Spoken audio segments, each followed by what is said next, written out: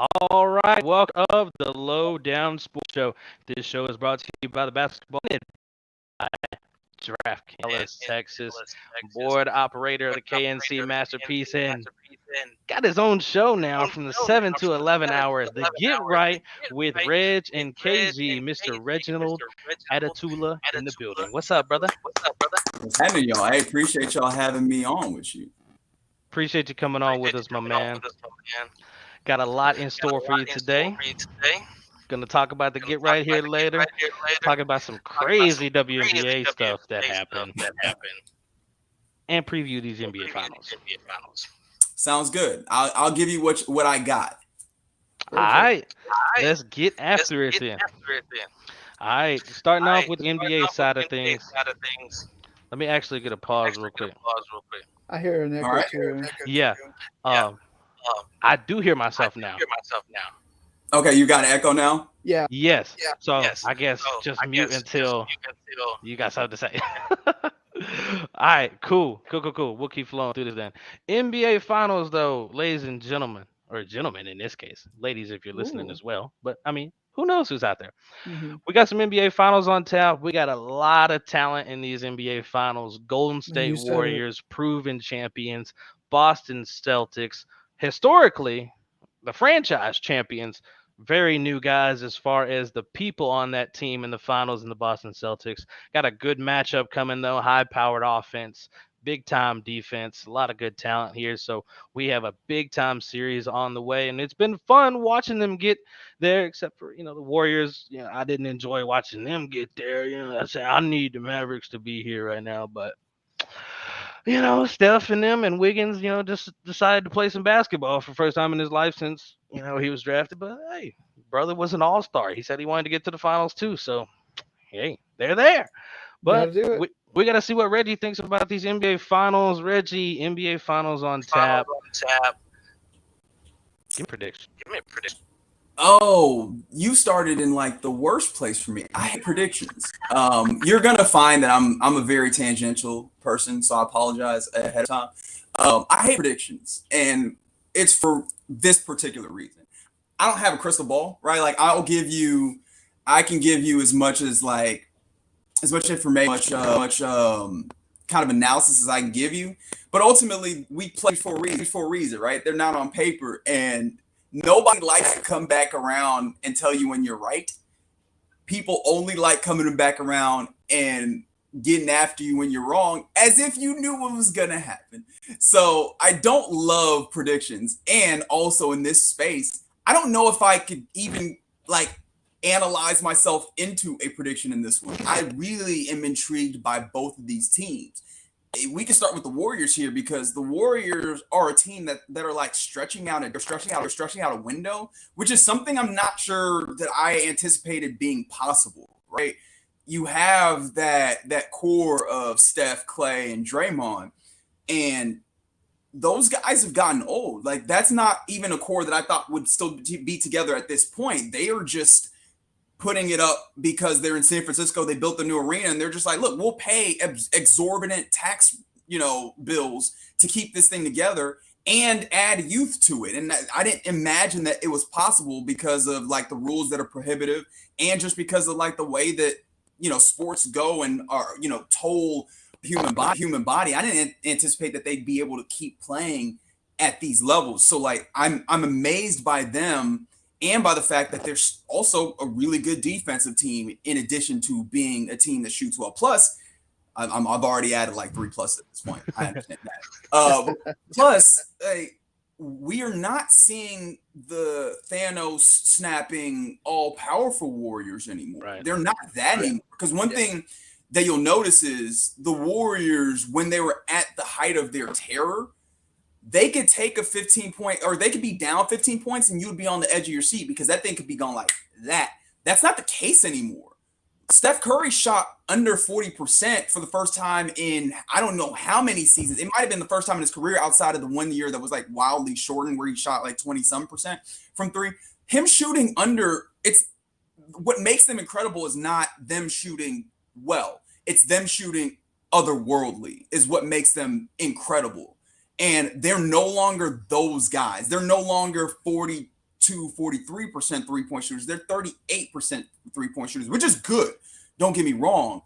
But I was just like, I wonder how much you can stretch this where you're no longer that team that can just bury the other team. And apparently the finals is where you can stretch this too. So what do I know? But then on the Boston side, you've got this team that for the longest time, it seemed like there wasn't, not even just like lead dog. It seemed like they had a whole bunch of dudes that were solid, but not enough dudes that were great to make this thing go, if we're going to just talk about it in a narrative sense. But also, like, offensively, they didn't have guys that could create for others. They had guys that, Jalen Brunson and Jason Tatum have seemingly pretty early on become getting shot guys, which is cool. That's great. You need those in the league. But it didn't seem like they had guys that would go and get others buckets. And so it's like, all right, cool that y'all have dudes that can get buckets. Are y'all just going to play you go? But no, they get to a point where they have found a way to develop offense. Shout out to Ime Udoka. Even if it's not a ton of offense, it's sufficient offense. Well, I guess I shouldn't say that because they also had like a really, really good offensive rating this season. But it just feels like, just from watching it doesn't feel like they have that level of offense. And I guess you can also just speak to the inexperience, because that's when you start seeing them be goofy and let Miami hang around or what have you. So I look at all those things, I pull those together, even though, great defense. You've got a first-time head coach in Ime Udoka. You've got young stars that are leading the way with the Celtics, and you've got a fallible Warriors that is not up to the standard that they had already set for themselves, even though that's not like shade or anything. It's just that's a level that I think was incapable of being sustained for incredible long time.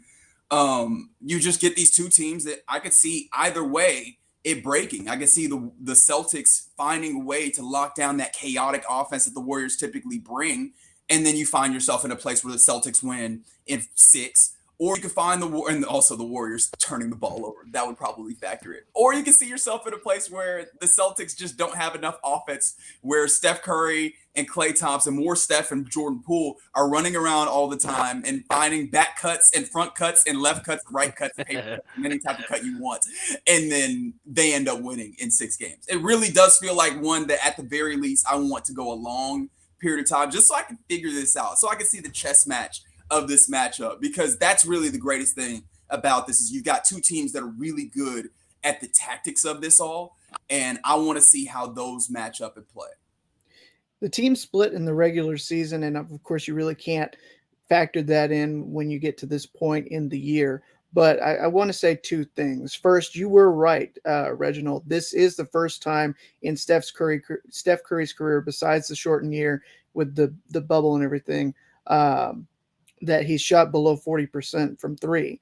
And also, I wanted to say, for Boston's standpoint, this has been their quest to exercise as many demons as possible in their run to get this far. Going through Brooklyn, who they got knocked out by last year, Miami in the bubble 2 years ago, and Milwaukee, I believe, in 2019 as well. So they've gone through all 3 of those teams. They've climbed that mountain. They've finally gotten there. They're out on a mission to prove that this isn't a fluke. You said that you want to see this matchup go as long as possible. How much has Boston's defense improved, in your opinion, that in terms of how they're going to be able to stop this Golden State offensive attack? Do you expect that to be, do you expect them to get enough stops in to win this series? That's a really good question. And I've been kind of thinking on that the last couple of days, in part because the way that we think about these series before we go in, and that's like the royal we, everybody, oftentimes we do this thing where we start figuring out matchups, and matchups are important, but it also feels like we're hearkening back to the days of the 90s where there was illegal defense and you kind of had to one up. Like, these things end up being a lot more about defensive principles than they are just matchups. However, Boston has the personnel to be able to match up and be able to give the Warriors hell, right? I think then it's less about personnel and maybe somewhat obviously about tactics and more about that experience and being locked in. The one thing that I think the Warriors do more than anything is they test your determination and they fatigue you, right? Like your endurance, your mental endurance, because it's the mental endurance that it takes to stick on a guy for 22 seconds when he's cutting back and forth and be able to watch ball, but then also watch your man and make sure he's not going on a back cut and being able to be aware and watch for a pin down and watch for, like, it takes that level of mental endurance and that level of security to stay with your defensive philosophy all the way through a shot clock and making sure that you know your personnel well enough to know when you need to leave somebody open and what your person or what your tactics are on this, and whether you're playing the drop or whether you're playing a show and recover, and how they're going to stretch you in those ways. I think Boston has the capability of doing those things. It really comes down to whether they're capable of executing it defensively, because I do think that they've shown a lot of progression, and the progression this season has been largely in two places. Robert Williams has become crazy good at basketball this year. I mean, the way that he's put it together, this year is crazy in my mind, and that's given them a rim protector, but then somebody that could kind of anchor this defensively behind the guys on the perimeter who are really good, and like your Jaylen Brown. I almost said Jalen Brunson. That's not who we're talking about. Jaylen Brown and Jason Tatum, and then of course your defensive player of the year, Marcus Smart, up front, being a guy that can just like pester a ball handler. And then they're trading for Derek White. Derek White has been a really good addition for them. It's not somebody who is going to flash, but you've seen the ways in which he's helped them see what they're doing. So yeah, those are the things that I look at with Boston's defense in particular. But the tough thing about it is I don't think that there's anybody who's in the pairs in the league to the Warriors. You can't go, well, I saw what they did against the Nets and that helps me figure. No, there's no team that you could say is some level of facsimile for that. So that's why the Warriors present such an interesting challenge. I haven't been able to pick any of their series this postseason. Obviously, early on in the first round, you're like, the Warriors are going to win. But once you get past that, I'm like, I can see how these things break all sorts of different ways just because the Warriors are such a chaotic team. And I mean that in the best way possible.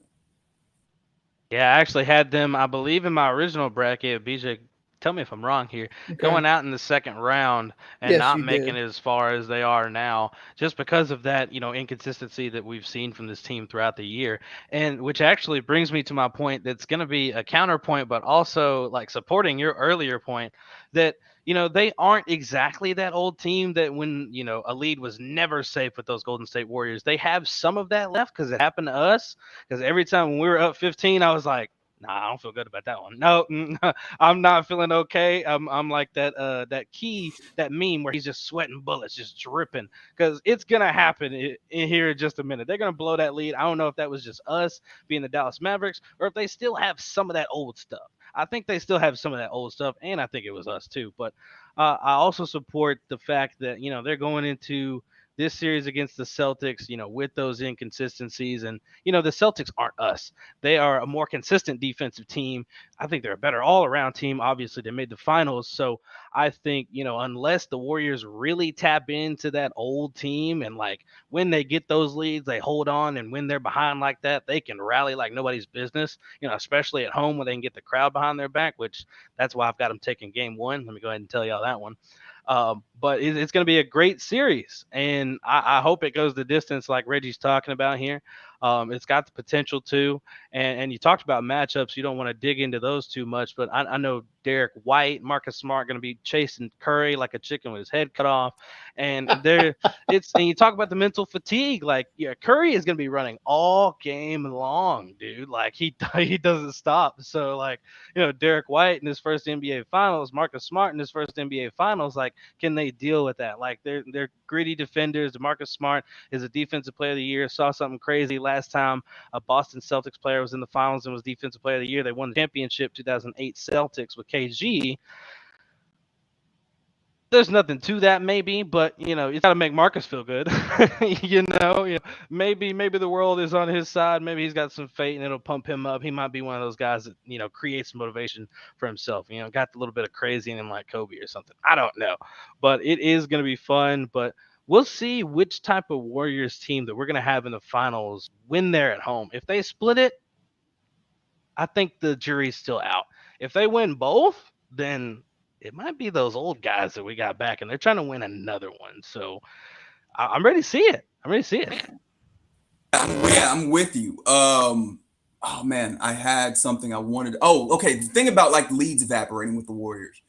With the Mavericks, you notice that the lead didn't evaporate in like 5 minutes. Right. They had to walk you down, which Yeah, is a it lot more deteriorated. of a normal NBA thing where you see them walk you down over the course of a quarter instead of half of a quarter. That's what I'm talking about when I talk about like leads evaporating.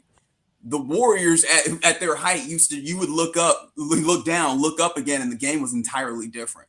That wasn't it. You saw a change in the game, and you saw them start walking a team down, which they're still capable of because they're a good basketball team. They're just not that extinction level event type team, and that was the point that I was making ultimately there. Right. But yeah, no, I think you're right. I'm really intrigued by Celtics and the matchups that those guys present. Plus, I mean, Draymond being a guy that you don't have to guard is probably a godsend to be able to leave, the likes of Robert Williams on the floor to like just be a rim protector. Because against the Mavericks, the Warriors did not have to worry about getting to the rim nearly as much. Of course, they're going to try and get there anyway. I'm really intrigued to see how that works because what keeps the Warriors and honestly all of these 3-point shooting teams. And to go back a second, do you guys remember that first run with the Warriors where Charles Barkley would be on TNT saying jumping teams can't win championships? Yeah. Like I vividly remember, and it felt like the whole time what he was ignoring is that those teams got to the rack just as much as they shot threes. Yeah. And it's super vital because when those shots aren't going, which of course are happening a little bit more as they become less of that dominant 3-point shooting team, they've got to get to the rim. Whether it's Andrew Wiggins being effective, whether it's cuts, whether it's Steph Curry just blowing by somebody, they got to get to the rim. And I'm really intrigued by what Robert Williams down low does to that and that ability to do that. Because if they can take away, obviously not take away entirely, but if they can make it that much more difficult for the Warriors to get easy twos, now we start to see some grimy games, I think, and that's where I think the Celtics live. That's why Celtics Heat was such an interesting series because they were playing Spider-Man meme basketball. Those were the same team. Yeah. And if they can bring the Warriors to that place, I don't think the Warriors are equipped to exist in that space. No. You made a great point there about walking down. And I think the Warriors may have borrowed some of that from the Mavericks because I remember not just once that happened very famously where it was like a 30-4 run or something by the Mavericks in San Francisco to win a game out there. But I believe it happened again in Dallas this year where the Mavericks it was a close game. And then all of a sudden the fourth quarter just was so out of control. The Mavericks, seizing on momentum in both those instances. And that was a different Warriors team and a different Mavericks team at those points than what we saw in this postseason. So I think that's a very good point about what, we've seen from this Warriors group. Does this feel like, you talked about the aging core. Does this feel like the Warriors' last gasp at keeping the dynasty alive? Do you think that with the young talent they have brought in that they're equipped to, make it back even without a Draymond or without a Klay Thompson here in the next coming years with Looney and with Wiggins and Jordan Poole? And Kuminga. Yeah. That's a really tough question to answer. I think the toughest one to replicate is Draymond. Yeah. Draymond, I always go back to, and this allows me to slander Luke Walton a little bit, which I always appreciate. When Luke Walton was the interim for them, when Steve Kerr had the back issues that had him out for a significant amount of time, I want to say maybe like, I think it was like 40 games. Yeah. Golly. There was an instance where I remember there was a timeout. Luke Walton wasn't even at the bench. It was Draymond Green running the timeout. And I was like, oh, that is like the perfect image of how vital that dude and his basketball IQ and all of those things are. That guy's a coach. Yeah. Like point blank, period. That guy's a coach level basketball guy. So when it comes to setting up their defense and the reason why they're the second rated team in defensive rating over the entirety of the season is in large part because of Draymond. It's not him. Obviously they have Snell and they obviously employ coach that do a great job. But Draymond Green is the guy who organizes those things on the court. Draymond Green is also their de facto point guard when it comes to like actual playmaking. Draymond Green is doing a lot of those things. And I think that he ends up being almost like what Sean Marion was to those Suns, 7-second or less Suns, and to those champion Mavericks, like he ends up being the linchpin, the hinge that makes a lot of this go. So Draymond Green, in addition to his defense, I don't know how you replicate that even with the young guys. Maybe you say Jonathan Kuminga is going to develop into something similar to that, and he's getting game from Draymond right now, so eventually maybe he develops into that. I'm just not willing to take that gamble. But when it comes down to like whether they can extend this, because I don't know if you can just hand this to a different core and have them be the exact same. Right. I think that might not even be fair to the young core. Mm-hmm. But they have done a good job of drafting young guys, even Eric Pascal, who's moved on. Guys that haven't had high ceilings or haven't had high expectations that they've built up. They've done a great job of. So I can see them finding a new life in some way with those young guys. I don't know how much you can replicate the greatest shooter of all time and another one of the greatest shooters of all time, even though Jordan Poole has been fantastic and phenomenal, right? And also Klay Thompson was an incredible shooter while being a pretty damn good defensive player as well. Like you're asking for a lot of those things, but having an Andrew Wiggins has been really cool, especially when you have an Andrew Wiggins that you don't require to be very much on offense, or Andrew Wiggins that you're like, hey, take a shot every once in a while, get to the rim periodically, and focus. That is a optimized Andrew Wiggins, and he's not that old. He's still in his 20s. I want to say he's like 27, 28, something like that. That's a guy that can help you extend this window. I just don't know. And also, I don't know how much that can do that with guys who have had such injuries at that age. Steph Curry is 34 years old and was injury prone at the early part of his career, has had a couple of knocks throughout that. I don't know how that continues on. And not to say that they can't do it, but I feel confident that they will find a way to be interesting and good. I don't know how long you can stretch that out for, especially going back to the point, and I hate to be the person who's a stickler on the money, but there's a reason why you don't see this very often. The team keeping all of this money on the deck at the same time. They are paying out the wazoo on these tax bills. And most owners, even though they are multi-million and oftentimes billionaires, they don't want to pay crazy amount of money, especially if it's going to be outside of just winning championships. If you're just going to play deep into the playoffs, well, we can do that for a lot cheaper. So I wonder at what point the ownership of the Warriors says, okay, we've paid the tax and we've gotten the benefit out of it, and the juice is no longer worth. I wonder how that comes up. I wonder how Steph and Klay line up, like when it comes to their shooting percentages and also their bodies. And I just wonder how much you can expect once you shift some more of the responsibilities away from Steph and Klay onto the Kumingas and Pools and the James Wisemans when he comes through. I wonder how that actually looks and what the actual ceiling is in a Western Conference that is scary. It's really scary how many good teams there are in the Western Conference. Yeah. Teams like the Timberwolves, who look like they've gotten their guy, right? Teams like the Memphis Grizzlies, who have done a great job of doing what I was talking about with the Warriors, of finding guys who are undervalued and building them up, like a Brandon Clark, like an Xavier Tillman. Or like the Suns, who that's a thing that's really interesting. I don't even know that could have came and gone, but we have to see that. The Clippers are eventually going to get Kawhi Leonard back, I imagine, and Paul George is a monster, right? You got that thing going on there. If the Lakers find a way to be any level of competitive, right? You've just got so many teams, and that's of course missing out or not paying attention to the teams that were at the end, like the Mavericks. Just a crazy Western Conference. And then you're going through this waning period of a dynasty, if we want to call it that, in the Warriors. Predicting that is tough, but I think that they've definitely done as well as you can expect a team to do in setting themselves up. Whether or not it ultimately works, that remains to be seen. And I don't know the full list of all these players, but is Draymond Green the best second round pick of all time? That's a good question. This is where I hate it, because we're gonna be done like in 2 hours from now and be like, damn, that's one. You gotta obviously talk about Jokic, who is a 2-time MVP out of the second round. Yeah. Probably is one that we got to bring up, and I'm sure historically we can find a few. But I think we really got to applaud how well front offices have managed to do nowadays in finding gems in the rough. there's more than I think ever, and maybe this is just recency bias. Maybe if I actually went and did a study, we'd find a whole bunch more second rounders who have produced like first round picks or lottery picks. But it just feels like of late, so many guys drafted a little bit further down. Of course, Giannis isn't a second rounder, but you see a 15th overall pick becoming one of, if not the best players in the world.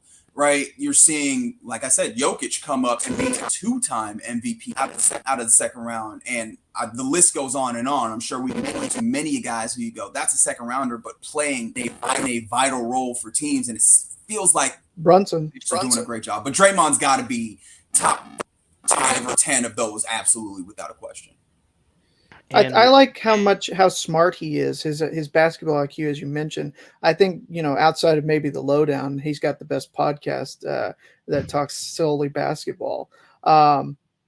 Let's shift gears because we've talked a lot about the Warriors. I don't feel like we've given the Celtics a lot of credit. I have been, and I'll be the first to admit it. I did not buy high on the Celtics team at all coming in the postseason. I'm proud to say I was wrong because, that gave him some motivation. But I still didn't buy into them. What do you think has been? Is it the coaching that has come in here and the expertise that he's been able to bring to this team? Is that what you think has been the biggest difference maker to get them over that hump finally? And speaking of the Celtics, it's disgusting me that Al Horford's in the NBA Finals. But go ahead. Wait a minute. Wait. I need to find this out before, because that's a great question, BJ. I will answer that. What's the Al Horford hate? I need to find out what this is about. I just couldn't put him on my basketball team. He would be a great fit. It would be probably.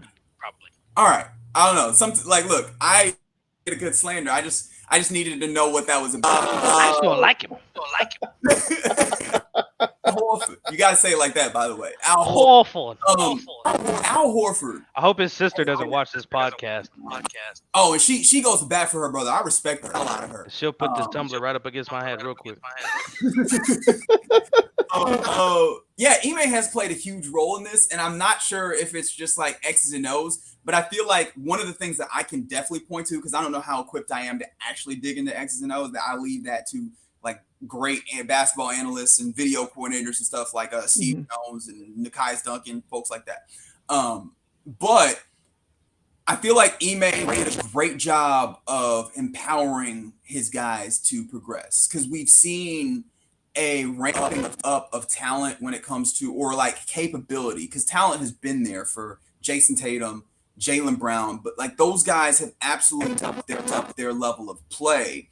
And I think that some of that is just confidence, right? Like it just feels like they play a more confident, more intuitive sense or style of basketball as they've gone through this season. You've seen some things that have been facilitated to get their team better situated to play postseason basketball, like we mentioned earlier with Robert Williams and with the Derek White trade. But Jason Tatum has just become that dude. Like it feels like not as smart basketball analysis, but it feels true. Jason Tatum has found a way to become that dude and they play a more interconnected style of basketball. Less of that you go, I go, a whole bunch of dudes who are playing rec ball, and more of a team dynamic. And of course, I guess you have to bring that back to Ime as well, as to whatever they are doing to get like the right blend of offense, defense, those things. But I think it's all facilitated because you've seen Jason Tatum and maybe to a little bit lesser extent Jaylen Brown come into a more fullness of what they were always been capable of as star NBA players. Agree. It's been fun to watch them mature and become better. It almost seems like, and this was talked about on the fan today as well, talking about the OKC team that made it back when they were young, and the comparisons to them, and you know how they made the conference finals and then the finals right after that.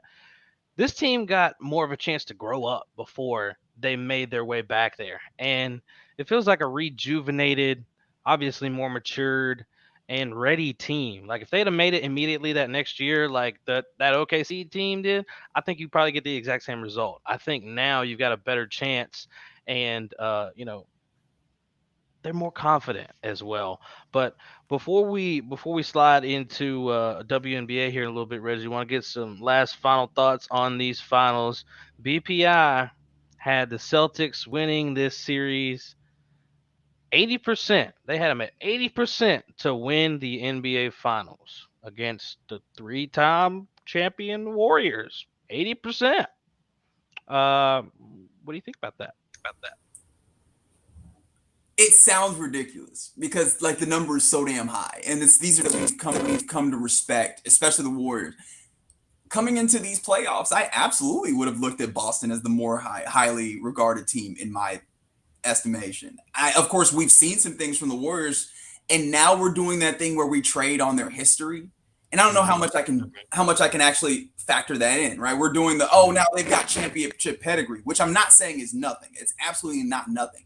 I just don't know how much that actually accounts for when we get between these lines. I account for a lot, right? You might end up in this place where the moment in some way gets to the Celtics, or they end up being a little bit sloppier and Warriors to hang around in certain instances, and maybe it was what I do. I do absolutely understand the ways that the metrics can look up and see the Celtics, who from the turn of the calendar have been one of, if not the best basketball teams in the NBA. I don't think it's absurd that you look up and the metrics are telling you, yeah, it's highly likely that they win this thing, especially because against Miami, a team that is pretty dogged, they went and won 3 games in Miami on their court? That is a type of team who has done this in a way where I can feel comfortable resting on how good they are. I just know that they can be a little inconsistent, just like losing all of those games at home against the Heat, right? Like just like letting a Heat team that does not have a lot of offensive firepower hang with you, right? I can see how those things also factor in with Boston. But when it comes down to just the like basic talent, before we start talking narratively of like the basketball intellect and the organizational memory and all of those Warriors, yeah, the Boston Celtics absolutely are capable and deserve to be here because of their strength and their capability outside of just them being the young new kids on the block. My final question before we shift gears and move on.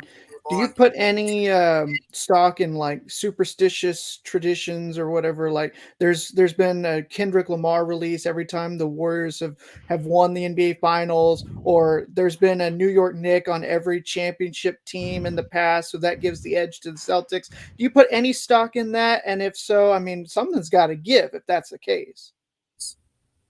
I don't. I'm not. I think through this conversation, you can tell I'm very much tied to like, hey, let's talk about this in an analytic and smart way. But at the same time, I get how that's fun. I get how those things are entertaining.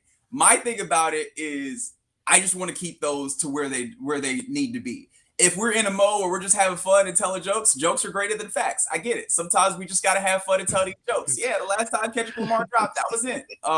However, when we're actually getting to the point where we want to talk about this in a serious way, yeah, no, leave that at the door, because that's not actually going to factor into what's happening, or at least I don't think it is. And far be it from me, I pretend like I know everything. Crazy coincidences, man. Crazy coincidences. All right, we're all ready for these NBA Finals, and I'm sure we're very ready for the NBA champs to be crowned at the end of it, at the end of this month. Join that finals action with DraftKings Sportsbook, an official sports betting partner of the NBA. New customers, it could be Reggie, maybe, can make any $5 NBA bet and get $150 in free bets instantly. Yeah, Drew, if you're looking to turn another small bet into a big payday during the NBA Finals, well, you can do just that with a DraftKings same game parlay. This new NBA season, a customer placed a $5 same game parlay and won over $5,000. It wasn't me, I promise. I would still do the show if I had. I'd still do the show if it had been, but I'd be feeling a little bit better about my case if it was me, but it wasn't. Unfortunately, I wasn't smart enough like that person was. I didn't combine multiple bets like which team was going to win or the total 3-pointers made or how many rebounds were going to be accumulated in the game. But if you do that, you've got a shot at an even bigger payout. Download the DraftKings Sportsbook app now. Use promo code TBPN. Make any $5 bet during the NBA Finals and get $150 in free bets instantly. That's promo code TBPN only at DraftKings Sportsbook, an official sports betting partner of the NBA. Minimum age and eligibility restrictions apply. See show notes for details. All right, we're going to shift gears. We're going to talk some WNBA. Last night, while watching the Chicago Sky hosting the Phoenix Mercury, a WNBA Finals rematch, Drew, I was texting you and I said, oh no, Diana Taurasi, she got tossed. And she looked like she had a very valid point in arguing with the officiating. She was they were playing aggressive defense against her. She was upset and frustrated by it, and there was no foul called. And she kept jawing, and she got tossed. BJ, I had instant regret when I saw your text message. DT got tossed. I was like, I just stopped in my tracks for a second. I was like, I don't normally do this, but I defended Diana Taurasi earlier yesterday. It's very out of character. I don't do those things. Things. Because I was trying to trade her in fantasy. I was trying to boost that value. trying to get that value up. I was like, she's the GOAT, like people say. She got 30 against Dallas. She's still hooping. And then before the half, she got ejected. And she got 9 points. Got me less than double-digit fantasy points. I'm over here crying, wallowing in my pity that my sell job did not work, and then she got tossed just to make me look even worse. I think I don't know if she hacked the WhatsApp and saw me complimenting her, trying to get her traded or what, but she just decided to get herself ejected, and that was very Diana Taurasi of her. And Reggie, I want you to give me your take on this. You watch a little bit of WNBA, so you know who Diana Taurasi is. You know she got a little attitude. You watch a little bit of NBA. You know who Luka Doncic is. Do you think Diana Taurasi is Luka's favorite player? Or do you think Luka's favorite player is Diana Taurasi? Because they don't want to leave the refs alone. They know how each other play. They got to be the same player at this point. Just, hey, they hit me. Call it. Or are you a boop boop? Oh man, I had never considered that connection there.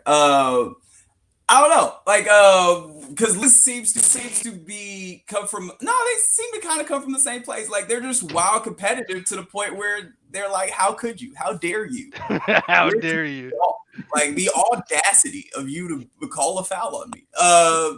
I'm just amazed at Diana Taurasi, just like the boldness, as Stephen A. Smith would say, the unmitigated, that she's like, I'm here, y'all know who I am, and I'm going to talk to you any kind of way, and I kind of respect it. That she's like, you know who I am, you know, and I'm not taking no guff from you. I could see that, but I feel like Luka, if he's got people in his ear, he's got the organization, he's got coaches that have told him to calm down. Like I have a feeling that comes from deep down inside of him and not trying to emulate Diana Taurasi. But Diana Taurasi, she's been doing this for a long time. She's true to this, not new to this. What if Luka had an MVP and a few more championships? Do you think he'd get to DT levels at that point and be like, hey, you know what, Jason, sit down. I'm going to talk with Scott Foster for about 5 minutes. Leave me alone.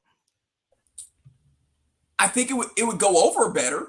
It would go over, but and also he'd probably get some more of these calls. More of these calls. But also, like, it just feels like I don't know. I had something and I lost it. It'd be like that sometimes. It do. I have a feeling that Luka is not going to be in the exact same place that Diana is. If for no reason, the W has a shorter span. She stands a little bit higher in that regard, and I think Luka ultimately will. Not any shade to Luka, just because there's just such a wide landscape in the NBA. It was very on brand of DT, though. I will say that. And no, they did not accept my trade. It got rejected.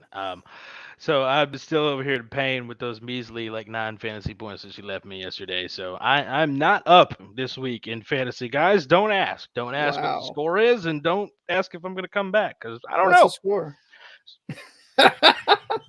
Let me mute your mic. Let me get you out of here.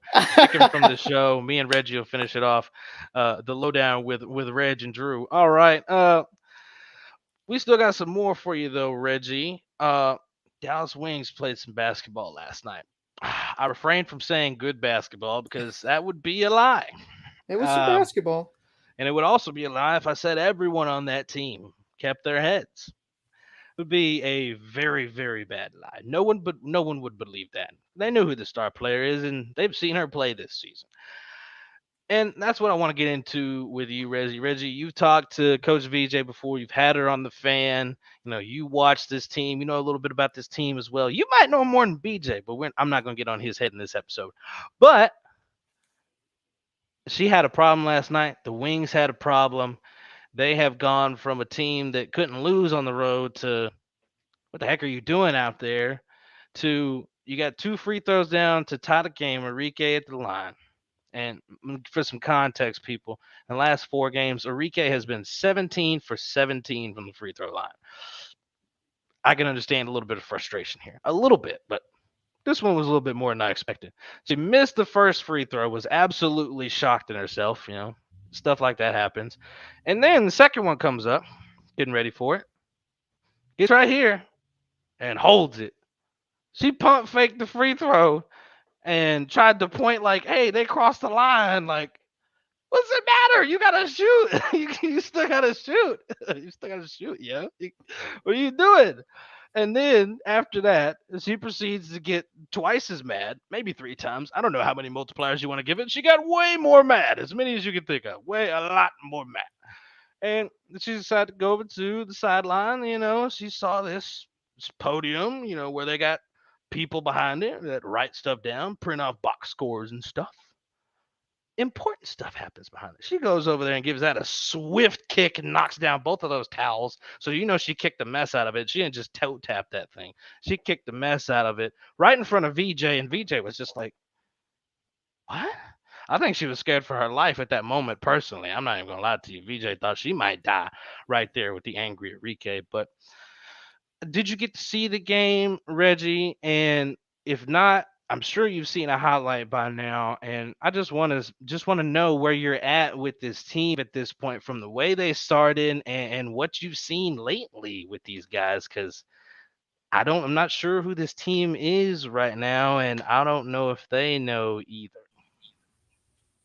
Yeah, I did watch some of the game. I had it on. One of the problems with me is that, again, I've described myself as like a little bit of a sports junkie, and I'm trying to engage with everything. So like there will be times where I'll have the Wings game on and something else on, and I'm trying to take both of them in. But I definitely got to focus on the end of the game, and I almost wish I didn't, because it was very befuddling what happened at the end of the game. I hate to get to these places just because I'm not in people's heads, and also once we start to get to like psychoanalysis, we end up tripping a lot of times. But Enrique has always been a player that I've wondered about, like her fortitude at times. Like she does the things where you go, where was your head on that? Right? Or where she, would go and take tough shots that she had no business taking because she was not like looking for her teammates on the floor and such. It's like you had somebody there and you took a tough shot. And yes, you're capable. The skill is there in a big way. We all know that. But I need you to operate within the context of what's happening on the floor defensively. It's like, we know where Enrique has been defensively in the past, right? Like how it's been problems. Like just a manifestation in a different way where, yeah, you got to roll into the rim, drew a foul, get to the line and just lock in, right? Like this was a moment where you just needed to lock in, but not to harp on Enrique, because one, there's plenty of people that will do it on Twitter and will have some fair points about it. But two, the team and the way that it's going has been the biggest question for me and all sorts of different Wings onlookers for a long time. You were true. This team has a question that has been the question coming in 3 straight seasons when we're coming into the season. And one thing I noticed last night, I was just kind of thinking on it, right? And I don't know how profound it is. You tell me. It's kind of amazing that we came into this season with the Wings, and I looked up and, oh man, the Wings might be good. And the players that are actually factoring in are not actually players that they've been like saving up draft capital to draft. It's supposed to be a young team where the young players are factoring in. You know who are the players that are making noise? Marina Mabrey, obviously Enrique, Alicia Gray. Okay, these are people who have been kind of the backbone of this team for a long time, whether they have been coming off the bench to solidify that in a season where they try to kind of throw a lot of the youth out there and see what happens, or whether now they're starting lineup and just kind of been given the minutes to do it. But either way, you've done a ton to make sure to get a whole bunch of drafts and draft them. And of course, the one shining example that you can point to is, hey, look, Satu is great, which she is. That's awesome. And then, of course, you got Walk, who's getting minutes. And, of course, Ty Harris, who thankfully is finally getting opportunities to, run some offense, even though she has some growing to do. But I keep looking up and seeing this team are still kind of some more veterans that weren't a part of this, like, the actual drafting process. So I'm like, is it an element thing, or are you just not – did you not find the right players? Even though I do like Veronica Burden, I don't know how much I've seen from her in particular. I've seen her help the defense. I can't say that, but it just is weird to me. And again, I don't know how novel this is. I haven't watched all the Wings games, and I definitely haven't watched it as closely as people that cover it, like Dorothy Gentry or others. But it's odd to me that I look up and the portions of this team that are helping them succeed are older veteran type players, and now young to players that you expected or that had been kind of sold as the future of this. And I don't know what that says about the organization, but it does put a big old question mark for me in particular. I'm just like, what is it that I'm watching, and what is it that you're trying to accomplish? Yeah, we see you guys in the chat having a little bit of audio issues today. Trying to work through it. We've had some really good spots, and then some spots has just been kind of tough. We appreciate that you letting us know in the chat. EG 1400 said Reggie's well spoken. We appreciate that. Yes, Absolutely. he is. I love having Reggie on. Yeah, it's a lot of different things with this team, and um, you mentioned about the young players and the players that are still playing, or the players that have been here this whole time. Like, he keeps talking about, drafting, getting people through the draft and like growing up with this team and just kind of winning with the players that he's drafted. But he's drafting and shipping out and drafting and sitting them on the bench and still just using what he already has. So it's essentially the same old thing all the time. And those players are just getting a little bit better at what they do. Alicia gradually getting better. Now she's one of the better two-way players in the game. Caleb Thornton just becoming a better defender and more 3 and D, as her career goes on. Izzy becoming a better and more confident player on both ends of the floor as her career goes on. Marina, a more confident player and feisty offensive player as her career goes on, and so on. But these other players, the number 1 draft pick, Charlie Collier, not getting any time out there, not getting any run. Awak Kawir, I mean, she's getting some steady minutes, but not really getting opportunity to do anything meaningful on the court. Like, she's playing, but nothing is going through her. She might get a shot up a game, but I mean, there's nothing really out there for a walk specifically.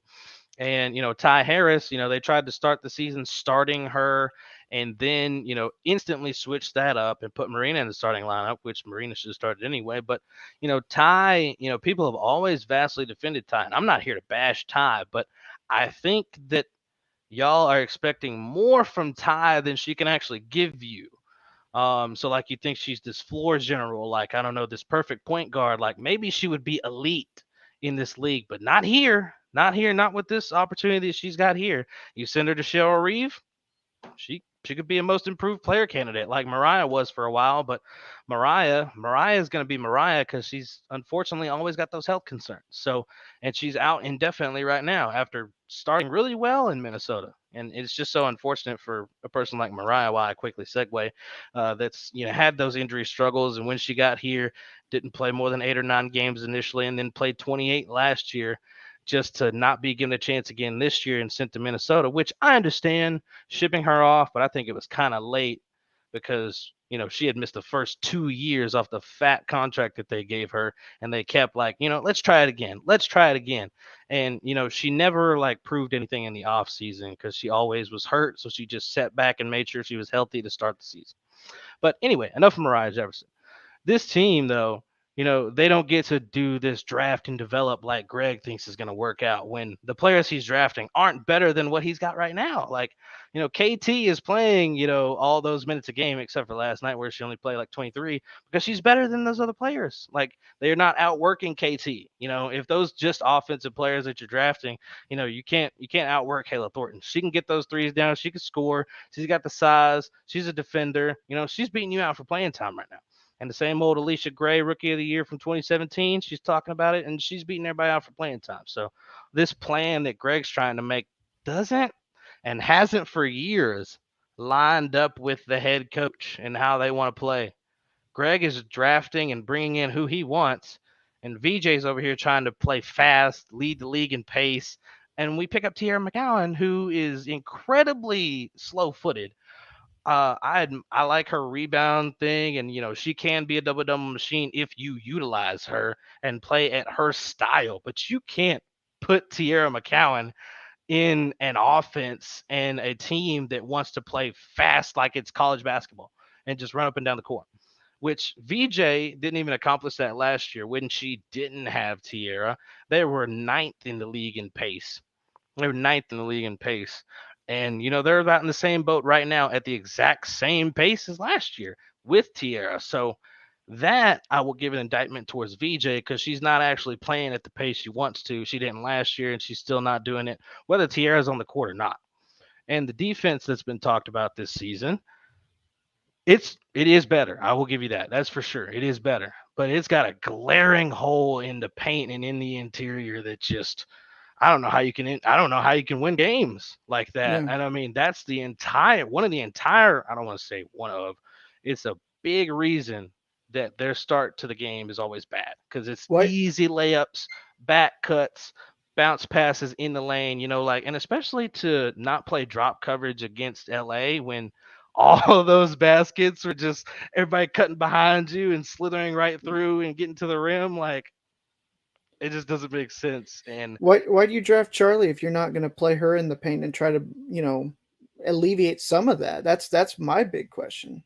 Last year, I could tell you she felt the pressure of being the number one pick. She even talked about that coming into this season, and she's in a better headspace now. But like we talked about, she's getting put out there. VJ will toss her out there. 3 minutes left in the first quarter, get you a few minutes of action in, maybe 5 max. And then to jump back down the rest of the game. That's pretty much how it's been for Charlie. And she doesn't get the chance. Even like if Big T's out there not producing, she still doesn't know a play. Charlie doesn't get swapped in for her. It's like, what, go in there, Izzy. We're going to go back to the same thing we were doing before and last year. Izzy, Alicia Gray, Kayla Thornton, Marina Mabry, Enrique, replicating last year again. So it almost is a question in my mind. Do they know who they are and what they want to do? I don't think so. What do you think, Reggie? No, confusion of identity has really been part of it. I mean, you actually, as you started talking about it, it made it even more clear for me where I don't know that there's a alignment of organization and head coach, what wants to be done there. Under VJ with Vicky Johnson has the ability to work with years. It's something that kind of some coaches have, some coaches don't, and if it's necessarily like an indictment of them per se, but some coaches just work better with older players, right? I think it was Rick Carlisle when he was with Dallas. It was very evident that younger players don't really, for whatever reason, don't really work as well, and veterans are more what they go for. And when she came in, of course, I got fortunate to be able to speak with her, and when her first time I talked to her, she made it very evident, like hardworking, and she wants basically all the gritty things, right? She wants that level of player.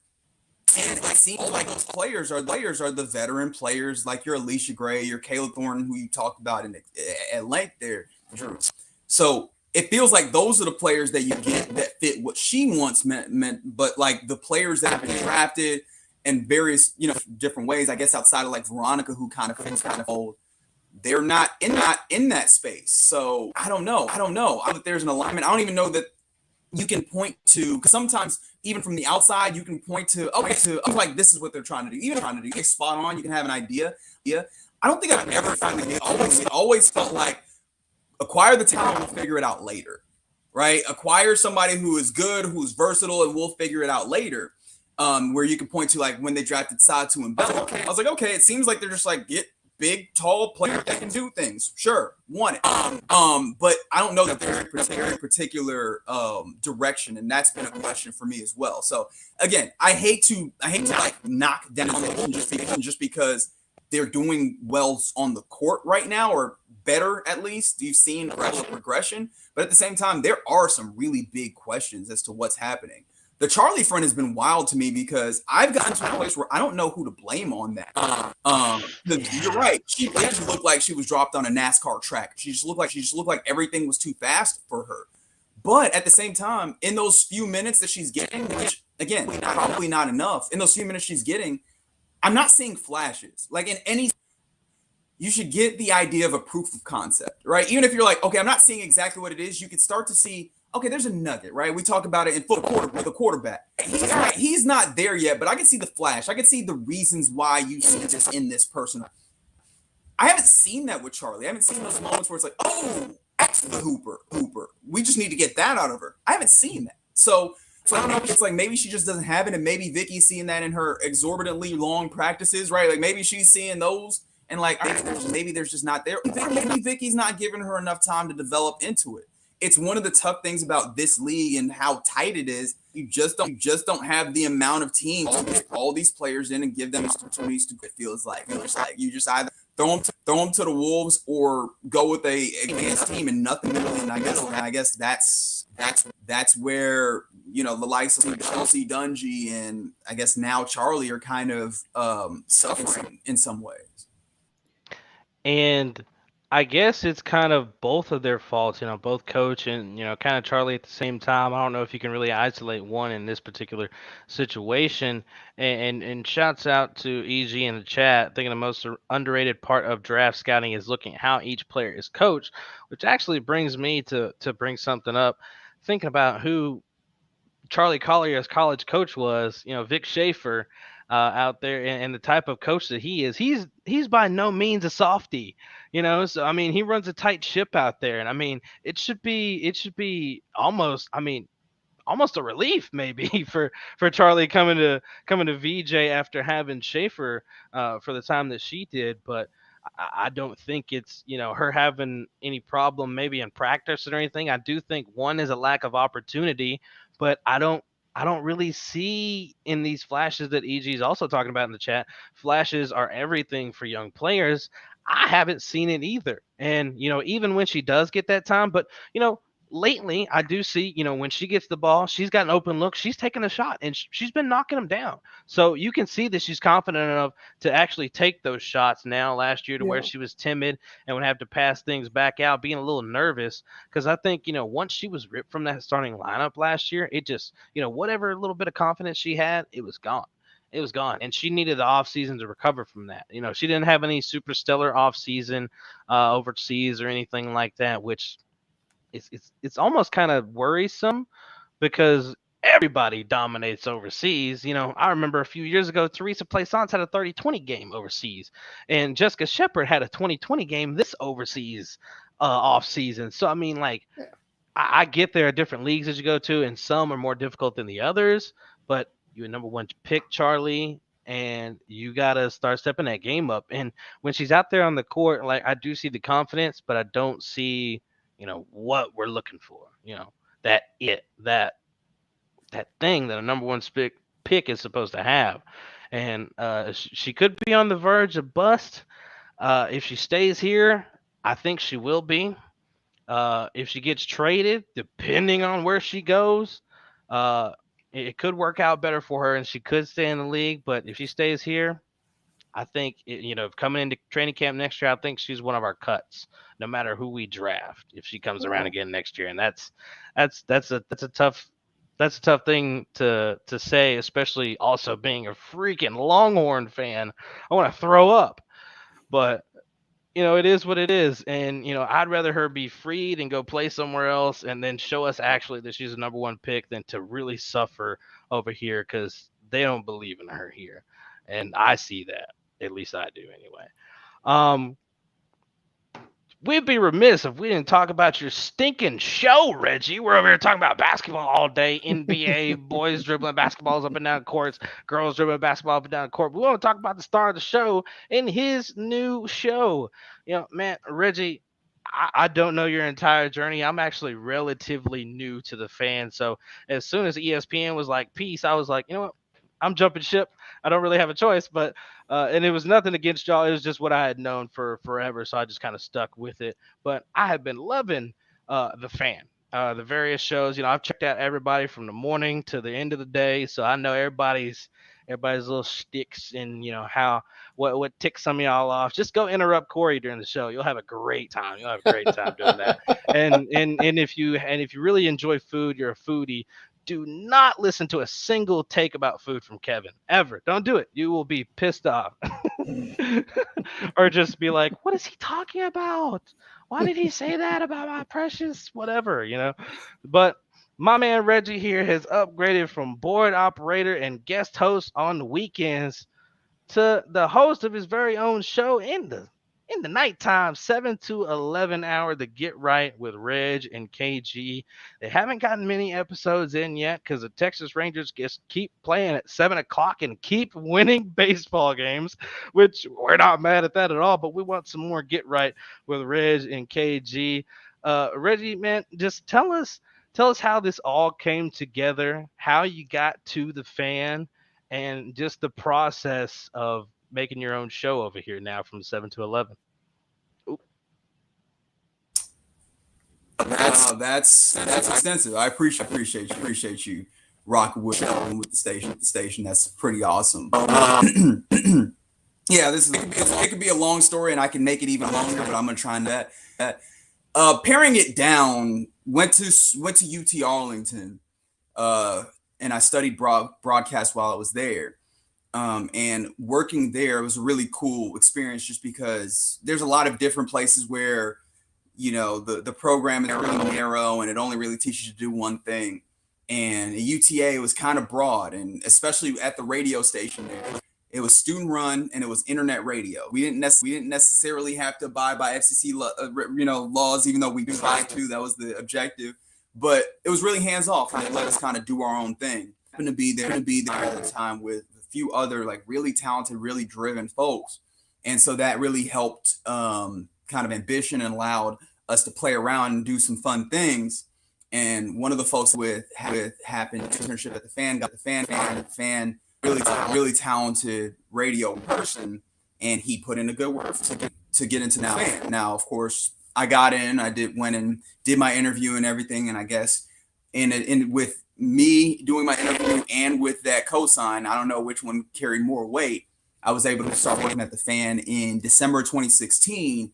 And from there, just kind of pretty much everything is to be done there, I've done, so kind of just worked and showed what I have in the various avenues that I was given the opportunity to. And now we've reached the point where, I guess at a point I was on the board and producing KNC, at least when they were at night, and they gave me room to talk here and there.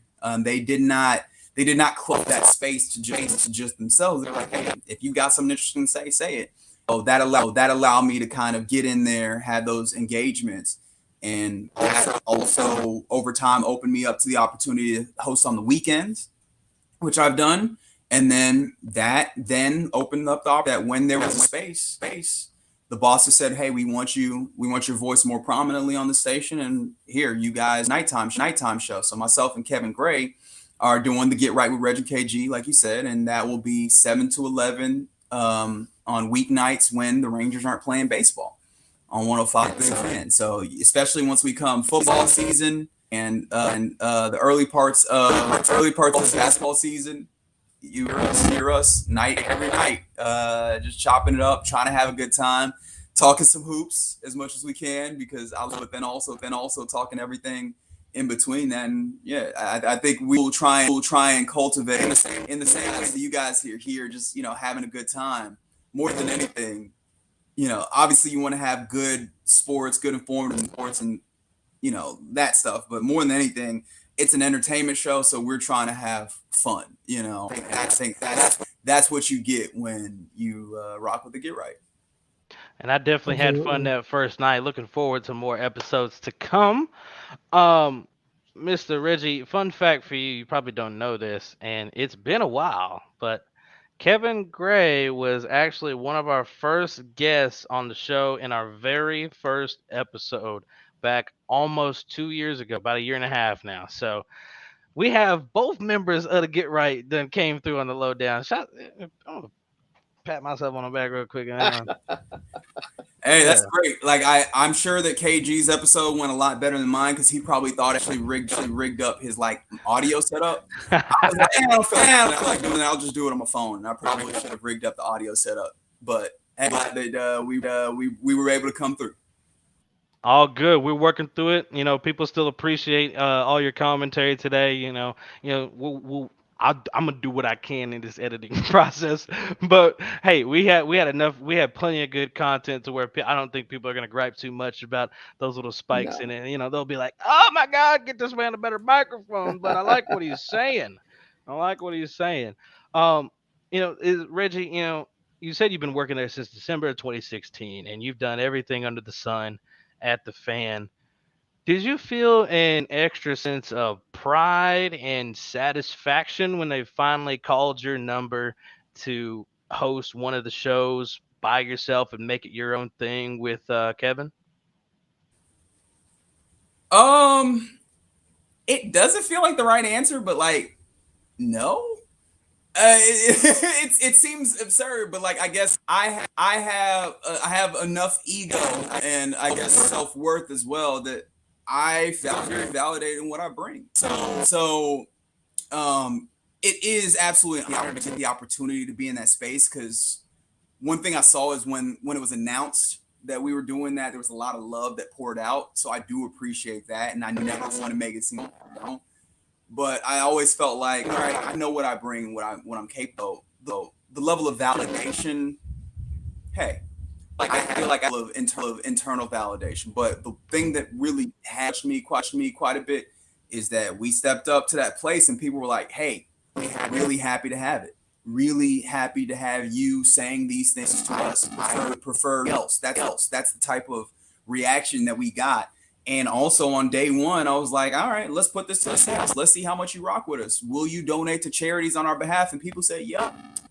And that means a lot, right? That means people not only respect what you say, but value you as a person to the point where like, I'll come up off my pockets behind something that you tell me is worth that more than anything was the level of validation that like I can say things and people trust my judgment and what I have to say. That more than anything, having the opportunity in the place, respect, and I appreciate it greatly from the fan and our bosses and everything. But more than anything, the validation is from the people.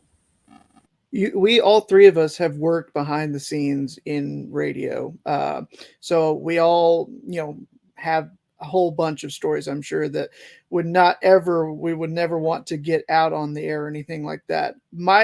My question, I guess, what I'm going to ask, and without naming names or putting yourself in a position where they're going to be like, okay, a 2-week suspension or anything like that. Was there ever somebody that you've worked with and, maybe they necessarily say something, one way and then it's a different way, once the mic goes off, or is there, dealing with the different personalities, the different egos, as you mentioned, is there somebody that you have worked with that's one way to you while the mics are hot and then a different way when they're not? That's a good question. And I honestly can say I don't think so. And I guess look, maybe they say something when they're not around me. I don't but for the most part about it, I think I'm fairly genuine. I think that people show me that same courtesy. And maybe it's just I tend to be somebody that if it's not something I can do anything about, I don't really worry too much about it. And sometimes that'll miss things. So maybe there was somebody who had that. But thankfully, I've worked in a space where my interactions with people have been met with the same energy. And then also I will give some props to the station, right? And please don't view me as like a boot licking, kissing. Like that's not what I'm trying. But for the most part, the station and the people in charge of the station have done a good job of cultivating folks and an environment where it's like, hey, we need everybody to be on that same page, and it's almost like it's a fraternal, it's a brotherhood, it's a clubhouse, as they like to say. So hey, man, get in here and coexist with everybody. And so I don't think I've had any issues, and I definitely can't recall anybody having a different interaction with me on air. I like that. I mean, I could give you names of people that, are one way when the mic's hot, and You would give names? I wouldn't give names. I could snitching out here. Not while we're doing the You're show. like, Drew be talking that stuff after the show, man. I call you out on the pod enough when you say that stuff. Look at him! Look at him! He's ruthless, I tell you. No, it's just, and then for me at least, the people that I, like you said, being genuine, I find is the best way, of dealing with people. It's just like you said, with egos and everything like that. That's what my biggest worry is that, if you're doing everything, eventually they're going to realize it, and they're, even if they feel differently, they're not going to, berate you or anything like that to your face. And so I'm, like you said, I'm glad that you've got, a lot of people there that in your clubhouse that you work with that are very genuine, or at least, they don't disrespect once the mic goes off or anything like that.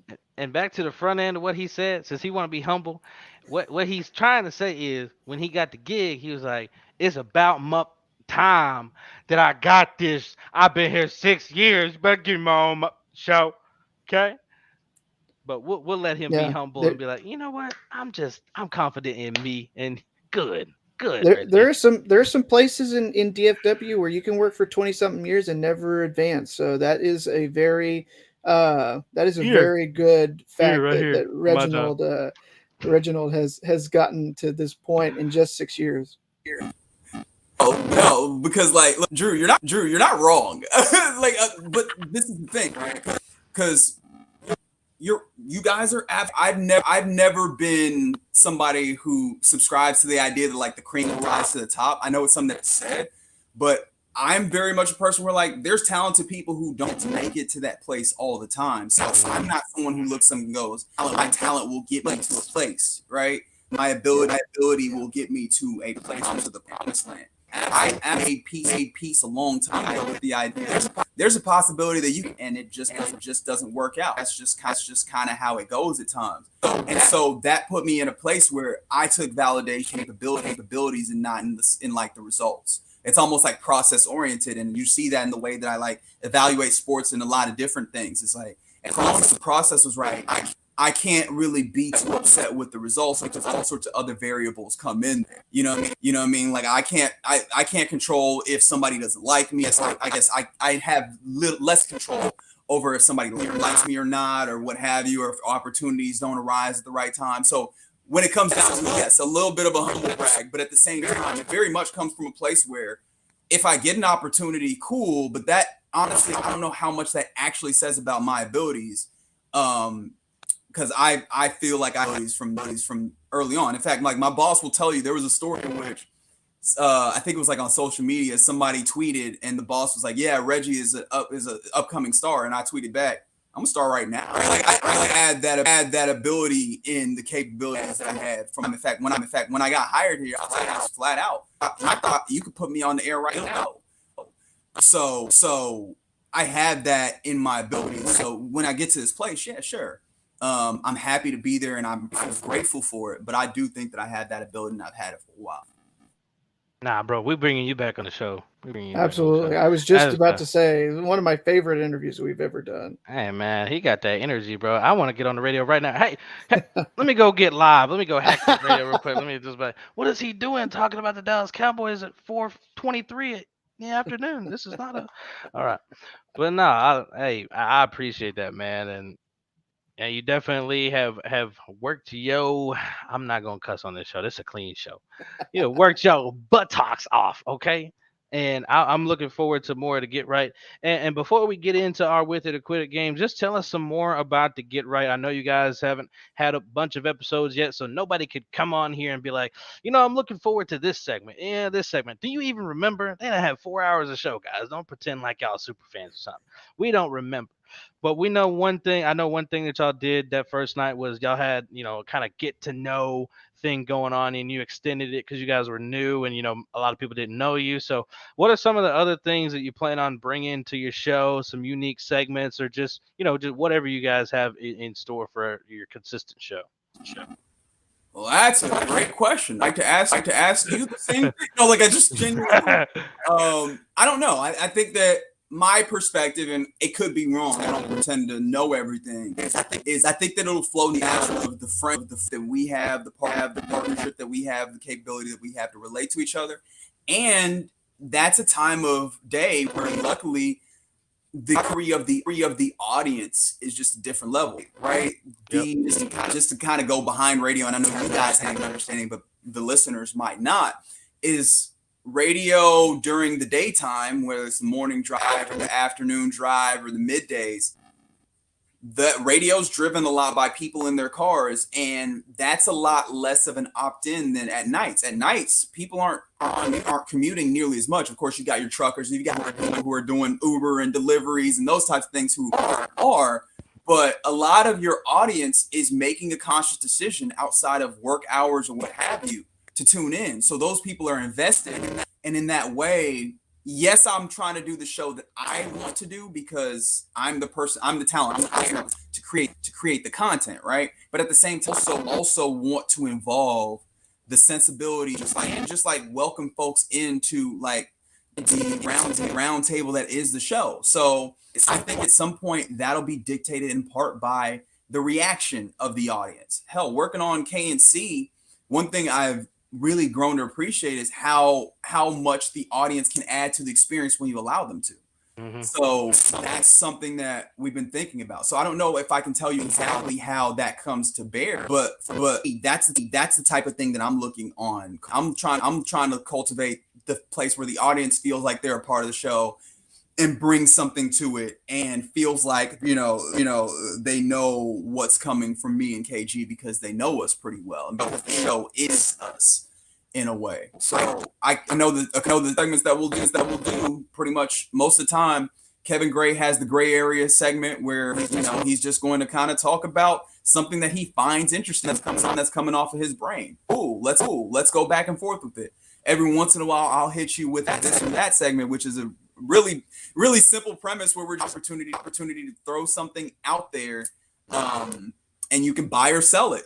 Basically, as everybody's familiar with the buy or sell segment, just hey, let's boom. This is a thing that's interesting. What are we thinking about it? And kind of go around it. But ultimately, just the show more than anything is going to be us, the best of what the audience brings to us. So if you want to be involved with that, check out the Get Right. And also, if you are in the DFW area and do listen to sports radio, when there's not a Ranger game, the Get Right is going to be the only live local sports show in that time frame. So, if you're looking for live sports content as opposed to something rehashed, perhaps, why not tune in, give it a listen. With It or Quit It is the cousin of Buy and Sell, and yes. With the breaks or keeping it moving from golly, what was man, now I'm forgetting the name of Jalen Rose's stinking show because I haven't watched it in a while. Oh my gosh, wow, what's wrong with me? Jalen and oh my god, bald white guy. All right, I feel like Reggie got the answer. Go ahead. Huh? Say it again. It's Jalen, right? All right, yes, Jalen and Jacoby. Now I feel way less dumb now because it was literally on the tip of my tongue and I couldn't remember the dude's name. But yeah, the cousin of that. So looking forward to everything within the Get Right, my friend. See, Nay coming through with it right there. Yes, thank you, absolutely. Nay. Shouts out to Nay popping up in the chat. All right, it's time to dive into that segment. and that's with it or quit it. And Reggie, this is pretty simple. Like I said, it's the cousin or buy or sell, and related to Jalen and Jacoby's hit the brakes and keep it moving. We just need to know with these 5 questions that BJ is going to ask you, because it's his turn this time around. You lucky I ain't got the questions. I'll be asking you some weird stuff. BJ's got 5 questions he want to ask you. He just needs to know if you're with what he's saying, or if, man, he just needs to quit talking about that. Quit it. Yeah, BJ? I tried to get a little weird, and I didn't do all sports, and I didn't necessarily trying to get a little weird. Well, I tried to go a little family show. Not that weird is what I mean. Okay. I just was trying to branch out and not just be focusing on the shooty hoops, if you will. So I'm going to go ahead and start with number 1 for our good friend Reginald, and that is that crunchy peanut butter is better than smooth peanut butter. Are you with it? Or are you going to quit it?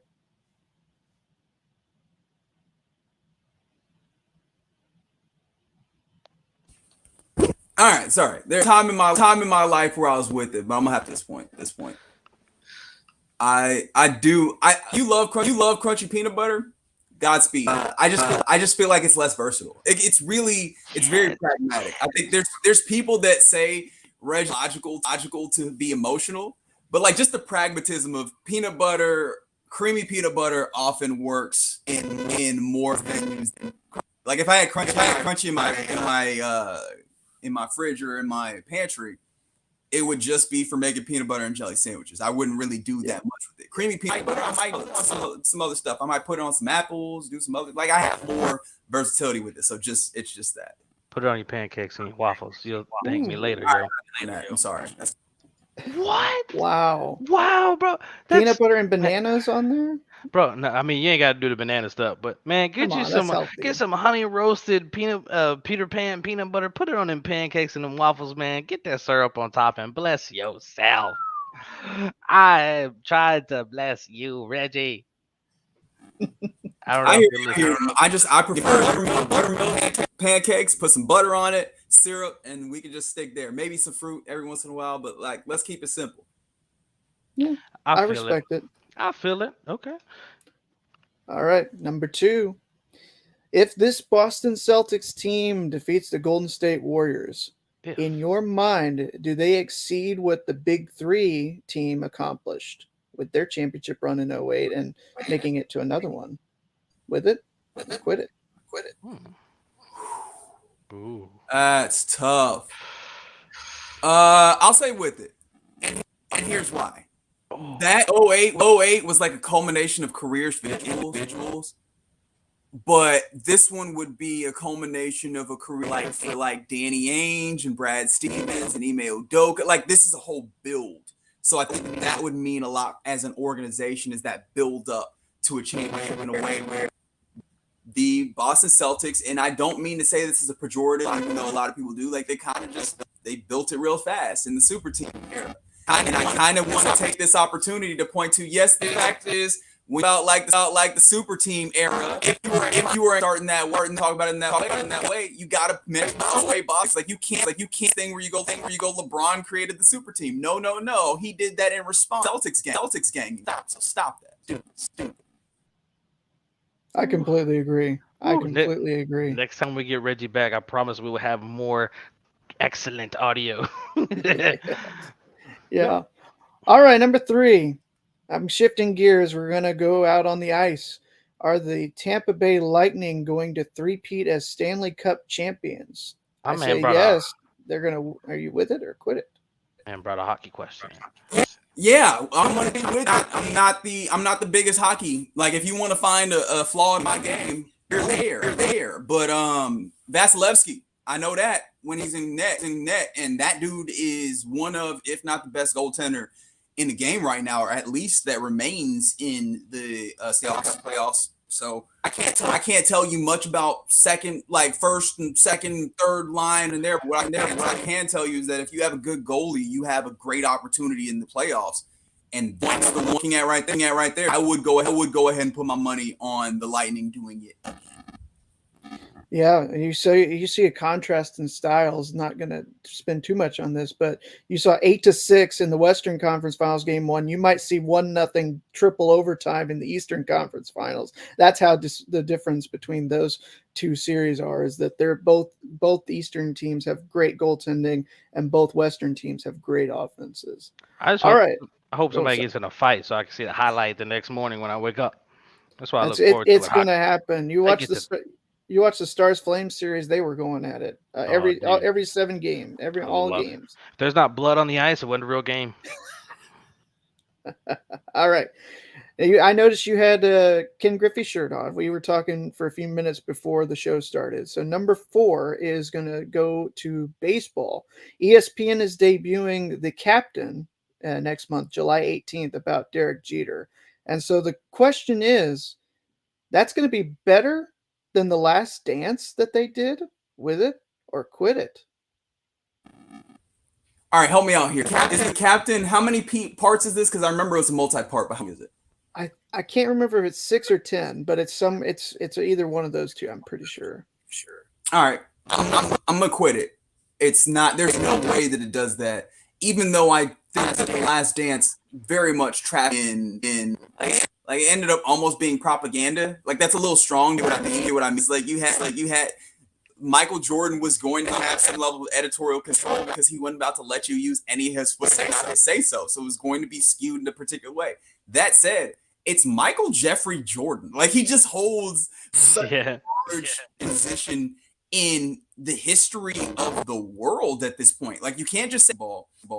You can't just say America because he was a global superstar in a way that we think that we've seen since, and I don't know that we will be able to see at least when it comes to like sports figures or whatever. Like you could go anywhere, say Michael Jordan, and somebody idea what you were talking about. And with all that being the case, there's a lot of people who hadn't tied into Michael Jordan. There's people that didn't know about basketball watching that series and that found interest in it because he became like this myth. And as much as Derek Jeter is a very good baseball player, and even though he probably should have given up that stop spot to the better shortstop who was Alex Rodriguez, that's neither here nor there. But he just is not going like his hair. Like, it's got some interesting things to him. Don't get me wrong. I'm interested in seeing where they go with that, even though it might be too much landscape to cover with it. Right? I don't think they had much footage of a documentary. However, he's just not the same figure that Michael Jordan has. All the same amount of interest. So there's no way I think that it can be as interesting as The Last Dance. I respect it. I mean, I think basically what you could make the argument for is whether you prefer basketball or baseball. I, thought with the Griffey shirt on, I might be able to get you going up there, but no. All right, no sweat. Number 5 might be the most controversial question I've ever asked. Oh, okay. You said you asked. I was about to say I thought something was controversial last week, and you were like, "Nah, that's not."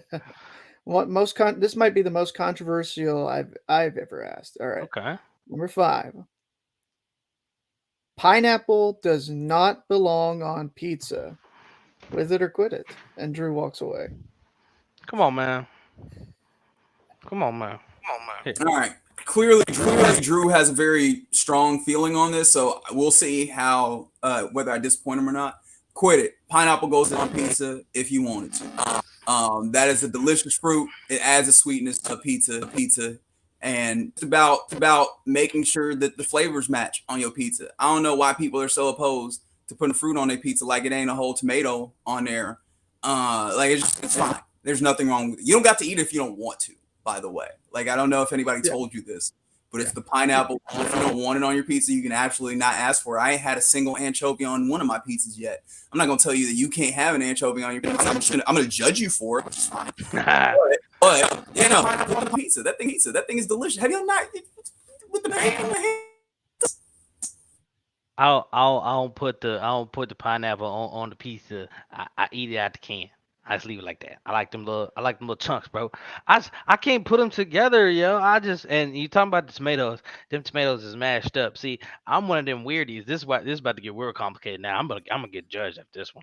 I don't eat tomatoes, but I mess with that ketchup, that hot sauce, that All of that. Marinara. All of that marinara. All that. Except I don't mess with them tomatoes. Tomatoes don't bring no value to me. I don't. I'm. I used to feel like that. Well, somewhat like that. Not So you exactly. gonna tell me I need to grow up? I know. I can hear it already in your mind. I wasn't gonna say that, but I guess since you said it, you can go ahead and take that one. But the reason why I had I would go and get sandwiches or whatever with no tomatoes because my mom did it. Like it was as simple as it was simply the tradition of it. And I never took stock and took an opportunity to evaluate it. And this is actually the reason why I felt the need to say this is this an issue that we have in our society and just take traditions and we don't examine them at all. And just because we used to do them, we keep doing them. But it was something where I just stopped taking them off, and it was like, hey, this is not bad. I actually kind of like the flavor profile that comes with all of this.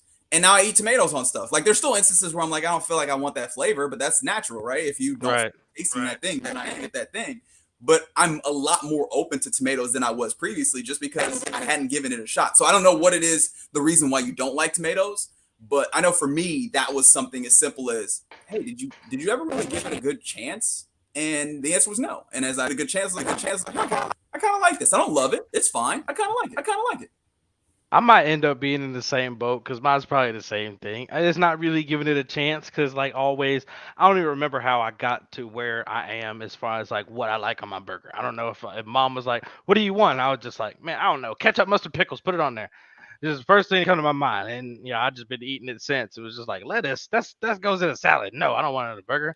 Tomato, that's not ketchup. That's not marinara sauce. I don't want it. Go over there. Onions, that texture nasty. Go over there. But I don't know, man. I might come around to it. Just Reggie is motivating me to give it another try another day, but not today. We'll try it another time.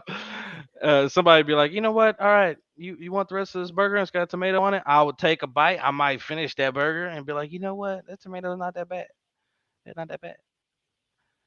Not that bad. But one question: does it also? And I get we already kind of mentioned it, but you don't want that flavor. Does it even sound logical to put a tomato with my combination of cheeseburger? Throw a tomato and lettuce in with some mustard, ketchup, and pickles. That sounds like, what are we doing here? We're doing a little too much. No, I think it's fine. No? You good? You know what? I don't know if I want to try it together. I don't know, but I'm gonna put the tomato in the little burger. I'm gonna take a little bite, and I'm gonna let Reggie know whether I liked it or I hated it. I'm gonna DM him and be like, Reggie, you know what? These tomatoes kind of gas. Or I'm gonna be like, you know what, Reggie? I still don't fuck with it. Oh, I still don't mess with tomatoes. I still don't mess with tomatoes. It's hard not to cuss. Oh Lord, gotta have a clean show. Clean show. Pretend I'm on radio. Oh, we'll get there. Okay. We usually don't have more than 5 questions, but I've got a 5.5 tonight. I'm interrupted on BJ's questionnaire. No With it or worries. quit it, number 5.5. With it or quit it, you think you look a little bit like Jaylen Brown. All right. I've gotten that one before, and I'm not sure that I agree. However, all right, that's fine. He seems like a good young gentleman, and more than he could hoop, but he actually does seem to have head on his shoulders and all that. But that's not why you're saying that. You're saying the beard, and my particular complexion. That's fine. It works. Ow. The beard is definitely a big part of it. Y'all got the same exactly shaped beard and everything. I thought you looked a little bit like it. Put on his jersey, bro. Hey, you could get in the starting lineup. They'll think, hey man, they'll let you warm up. Like that one dude that popped out the crowd and put on the warm ups and started shooting in the corner, and security took him out at the Pelicans game. Hey, nobody would think he was sus walking on the court with that jersey on, man. I'd let him hoop. We'd be sitting over there at home watching the game. Is that Reggie? I don't look like Jaylen. All love, bro. Hey, but Oh my nah, Jalen goodness. is a good dude. So I mean, if you got any comparisons to an individual of a basketball player, I mean, that's not only a great athlete and hooper, that's a dude with a great head on his shoulder, like you said. So I mean, but do you actually think you look like him though? Like if you sit down and look at it, like I don't know. I don't like to picture y'all without beards because I know James Harden ugly without that thing. So Hey. Hold on. I mean, I could say like a very vague resemblance. So I'm not going to fight you on it, but yeah, I don't know that I necessarily entirely agree. all right. Well, BJ, Oh do you my have a goodness. 5.55? No, that's with Okay, it. Quit it. In fact, I'm going to tell you to quit it now. Let's Yo, let's BJ stop said bugging him about looking like Jalen Brown a little BJ bit. said end the broadcast. Oh my god. No, that is with it or quit it, ladies and gentlemen, and that is the show. Uh, Reggie, appreciate you coming. Reginald, appreciate you coming on the show, man. Looking forward to some more episodes of the Get Right. And you know, me and BJ, well, you may not know this actually. Me and BJ both call high school football, so we will be out during the season. And on our way back, you know, we're going to be turning on the Get Right on our way back to the crib and on the way to those games. Well, we won't get to do it on the way because that game starts at 7:30. We better be set up ready to broadcast by 7. But we're gonna be checking you out on our way home. But y'all make sure y'all all tune in to the Get Right 7 to 11 weekdays. Get Right with Reggie and KG on 105.3 The Fan. This podcast comes out on Friday, and shouts out to anybody that came in the chat. And Nay, appreciate the support right there. Oh my goodness, she said, I've got to read this. She said he looks like if Jalen Brown and Chris Tucker had a baby. Yo, Whoa. Wow. hey man, that's a crazy combination. Man, how do you feel about that? I mean, I gotta hear something on this one. No words for that one. But regardless, Reggie, we appreciate you coming on, bro. Both members of the Get Right done been on the Lowdown, so now y'all gotta go get right with them every weeknight from 7 to 11. Appreciate you, brother. And guys, make sure y'all go follow us on Twitter and Instagram at _Lowdown. That's THA_Lowdown on both Twitter and Instagram. Make sure y'all drop those follows on both Twitch and YouTube at the Lowdown. Drop that subscription. Follow us on Twitch so you can catch these live broadcasts. Appreciate Nay coming in the chat and EG as well, both over on Twitter. We will catch you guys next week. Peace out.